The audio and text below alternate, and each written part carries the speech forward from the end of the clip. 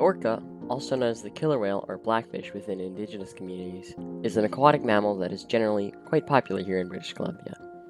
Its impact ranges from the first people's beliefs all the way to something you'd see on a totem pole. The killer whale is quite the unique species, but let's dive a little deeper in terms of information.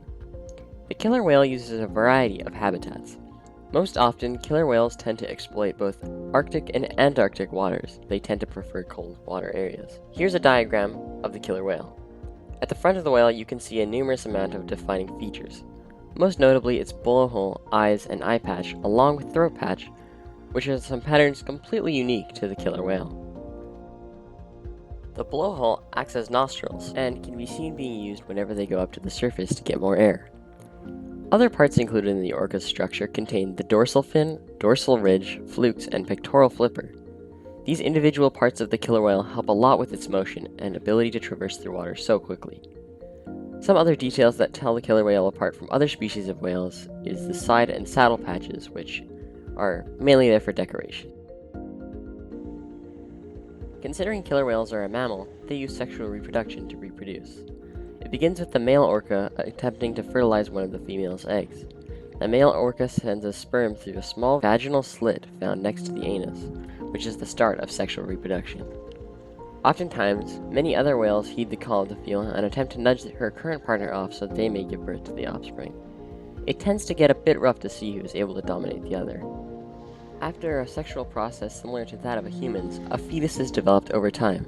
During this process, the baby is stored in the mother's stomach and generally takes about 10 to 16 months to be born.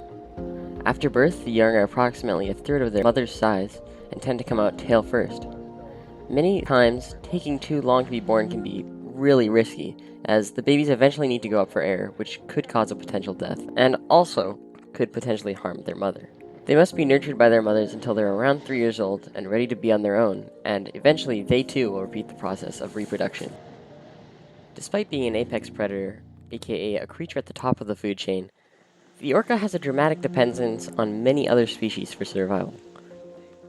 Orcas rely on fish, cephalopods, birds, and mammals, and surprisingly even sea turtles for food, and can even occasionally eat sharks. A common misconception is that killer whales consume krill. As a result of it being a toothed whale rather than a baleen whale, killer whales' diet mainly consists of mammals such as penguins, seals, otters, etc. Many other species depend on this mammal as well, just to keep their population count in check. As noticed in some of the areas where killer whales are dying out, there is an influx of fish and cephalopod population. The killer whale dwells within the hydrosphere and mainly tends to stay at the top of it without risk of going deeper, due to them needing occasional oxygen.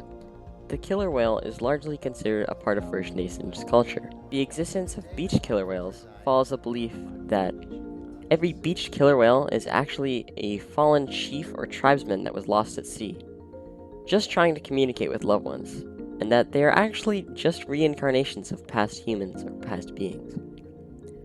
The story behind their white patterns also has a tale, in that a whale and an osprey, which is a type of bird, loved each other, and that when giving birth had a whale child with a black body and white patterns.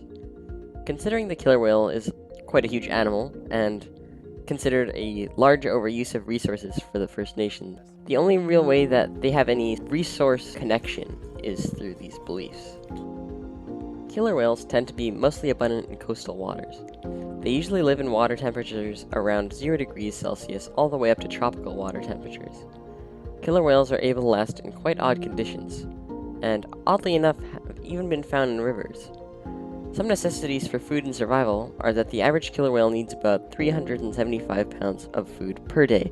Orcas are considered a symbol of everlasting strength to the First Nations, and to people all around the world. Beliefs speculate that the killer whale is an intelligent beast and guardian of the ocean, and that they were once people as well. As the world continues to change, and people begin to affect the climates, we can only hope that these beautiful creatures remain on Earth as long as possible.